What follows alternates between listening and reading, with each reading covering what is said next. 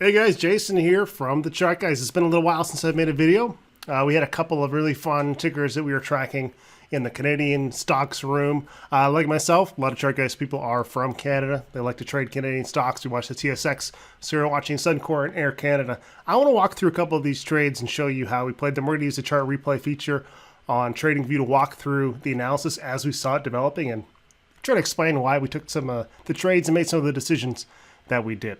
So let's get started with Suncor. Daily time frame, Suncor has been interesting since it hit this double bottom low on the weekly time frame way back, 1402. Bounced right there, had a beautiful run, and now we are in a little bit of a daily tightening range. So we are watching the energy names with a lot of interest. We got our high, higher low, higher high, higher low. Now coming close to testing that 2094. There's a tightening range here, and that's getting interesting. But what really caught my attention today was on the hourly time frame. And we are looking at the chart as it would have ended yesterday. So I want to show you guys how we started out the day. We're going to walk through that 5-minute time frame bit by bit. But early on in the morning, I saw this area of resistance and area of support. So 2222 jumped out at me as an important area of resistance. Why? Because we had a near double, triple top. So that is always important. When we have a clear line of resistance with a ticker that is trying to change the daily trend or the hourly trend or the 4-hour trend, remember we're looking for that daily higher low into a new lower high. What we want to see again, let's go look at the daily time frame.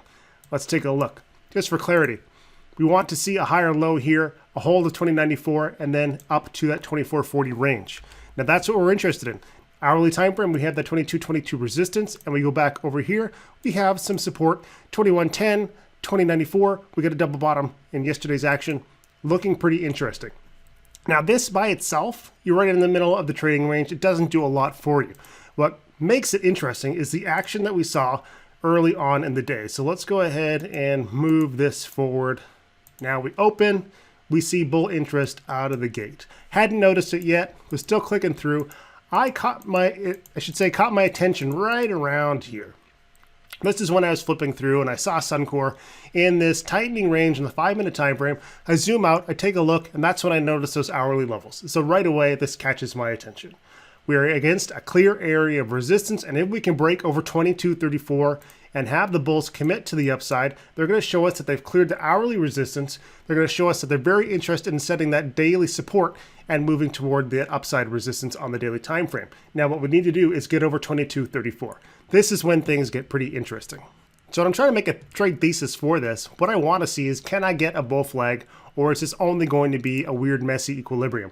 On the 2-minute time frame, we zoom right in and we can see that double top on the 2-minute time frame. We can see this little bit of higher lows, and ultimately what we want to do is get a break over top of 2232 and 2234. We want to clear both of those. The most conservative way to play it would be a 2234 break. So what we're watching for is going to be a bull flag or an equilibrium. A bull flag will allow us to lose this key level here with a minimal follow through. That's what we want to see, 2216. Now remember, the 5-minute bulls are overextended at this point. 2-minute bulls are overextended at this point. Our RSI is at 72.89. We are overbought, and we're looking for the signal that's going to give us that bull follow through. So we keep going here on the 2-minute time frame. We expect a little bit of a downside here. Let's go back to the 5-minute. Walking it through, lower lows. This is not what we want to see. We break our key support, 2216, on pretty good volume. Now, because we're overbought and because on the hourly time frame we have moved pretty quickly, I actually posted in our community in the Canadian stocks room that we're going to be looking for an hourly higher low. We don't know where that's coming from or where it's going to be, but we know that the bulls want to get something over 2112. Now, if you're a bull looking for that 5-minute bull break, this is a little bit scary. This is why we don't enter our positions on flags like this until we see a concrete break of a key level, in this case 2234. Looks a little bit ominous. So we're not in a trade yet. We're looking for that higher low. But what do we see next? We see the bulls come right back. So this is really representative of the psychology that we're seeing in this particular setup. Bulls have shown their commitment to the upside. They've broken over 22.22. Maybe they didn't expect to get there. Maybe they didn't anticipate that they'll be able to break that key resistance so easily. So they got above it, and they've sort of been hanging out, waiting to see if anyone else is going to join this party. When you don't have committed action to one side, it gives the opposite side an opportunity to put the pressure on. In this case, bulls extended themselves. They need to rest. Bears capitalized on that rest by applying pressure to the downside, breaking 22.16. The fact that they only managed to get this low and we had an immediate response by the bulls should have had every bull's attention on this ticker. It's basically they were showing up, no one was there. Imagine you're at a battle and you have your brothers in arms or sisters in arms all at your side, and over the crest of the hill comes the opposing army and it's two guys, and all they're able to do is that. That's when you gain the confidence. You charge back and the bulls pour on the speed. So we're waiting for a break at 22.34. Do we get it? Absolutely we do. We absolutely obliterate it. And we get our stop buy orders filled right at 22.34, riding to the upside, and it is looking beautiful. Not a standard bull flag play at all, not an equilibrium play, but it was a beautiful break, complete lack of follow through, and a very, very confident showing of the bulls after that little break. So having broken that level, now continuing to the upside over 22.34, we need to determine where is our resistance going to be. So what we need to do is go back to the hourly time frame and look for our next resistance point. All the way over here, we see it, 22.74. We grab that, mark it in on our chart, go to the 5-minute time frame. Where is it? Right up here. Let's see if the bulls get it. Well, I know they do because we played this one. That was the target from the trade. Break on a buy order over 22.34, ride it all the way up to 22.74. I believe I sold just as we started to pull back from that level, but you could have done a couple of things.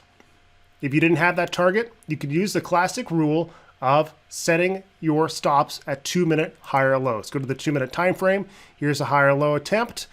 We get our resistance check. Do we break our 2-minute lows down here at 22.51? We move forward, we get very close to it, don't break it. 2-minute bulls continue to pour on the speed and resume with another break over 22.75. So if you're playing those 2-minute stops, you walk your stop up to 22.53, and then we take a little bit of a pause.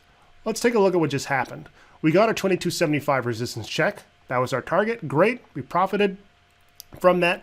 We get a pullback. We see that we have maintained supports.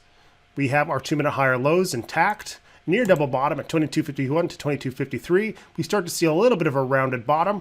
Then we get over top of our 22.75. So again, bulls have not encountered the resistance that they anticipated. They managed to get over the top on good volume, hitting that ask, knocking out whatever support was there. And at that point, we start to look at the 2-minute time frame and say, why don't we treat this as a little bit of a flag?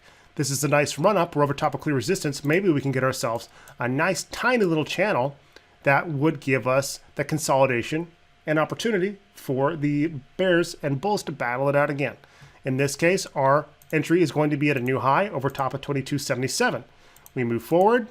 We see that little bit of action, very bull flag-esque, break over top of 22.77 yet again.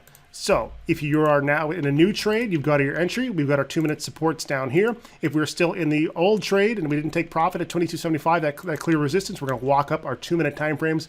Our stop is now sitting at 22.65. So with our stop loss set, we can just keep watching a 2-minute time frame and we just watch it develop. It's beautiful. Every time we get one of these 2-minute touches, we just go ahead and update our level. We can put one there. We can see that the bears made an attempt here. That's all they got. And we keep walking it up like that. And it's a really easy way to manage these trades in a beautiful little 2-minute uptrend. So we just keep walking it up, and we are going to lose this eventually. So let's wait for that to happen. Again, 23.15.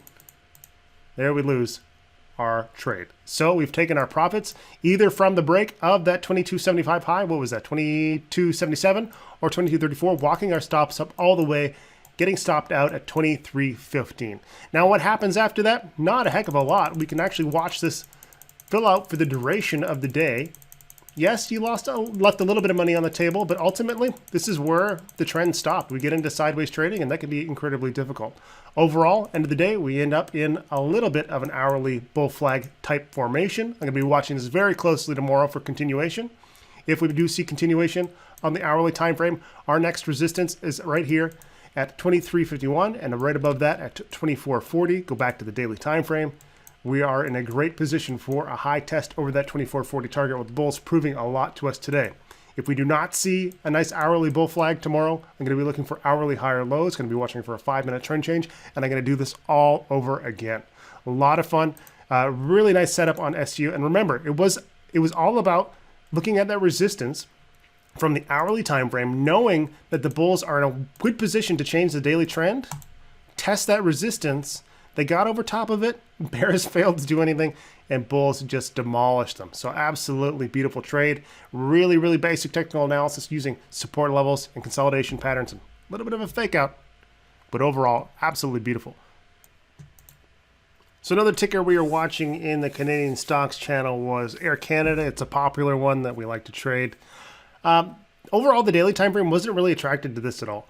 I'm looking for a daily trend change. I want to see a daily high or low over 2103. We hadn't seen that yet, and we had some bearish momentum to the downside. But over the course of the morning, we saw some nice setups on the 5-minute time frame. So let's take a look at what we saw and how it developed. We're going to start with our opening candlestick. So we saw this open low. 2173 was our support level. Unfortunately, we were below this nice little base of support we established in the latter part of the day yesterday with the 2185, but we managed to stay over top of this 2173 level. And that's going to be important because that gives us yesterday's low of day as a support level. The fact that we opened there and bulls pushed hard away from that level, breaking the 2221 resistance, gets us outside of the box in the same sort of way that the SU trade did that we just went over. Area of congestion, clear lines of resistance and support, and we break one of those, then we need to get into a bit of consolidation. So buying on the break, not always the greatest idea. I like to see a nice contained consolidation range and then a good signal to follow that. So we're just watching the 5-minute bulls do their thing over here on Air Canada. Now where it gets interesting was on the 5-minute time frame when we started to tighten up this range here. We get our resistance at 2294, so we can go ahead and mark that in. And then we get a little bit of 5-minute resistance with double tops and, what is it, almost a triple top? Multiple tops. 2279, clear line of resistance for us. We have 5-minute higher lows, strong start to the day, 2252. We see the price creeping up, grinding that 2279 level. So that becomes the key level for us on a break. What we want to do is maintain pressure on the 2279, break, get over top of 2294, and continue to the upside for that momentum to fall.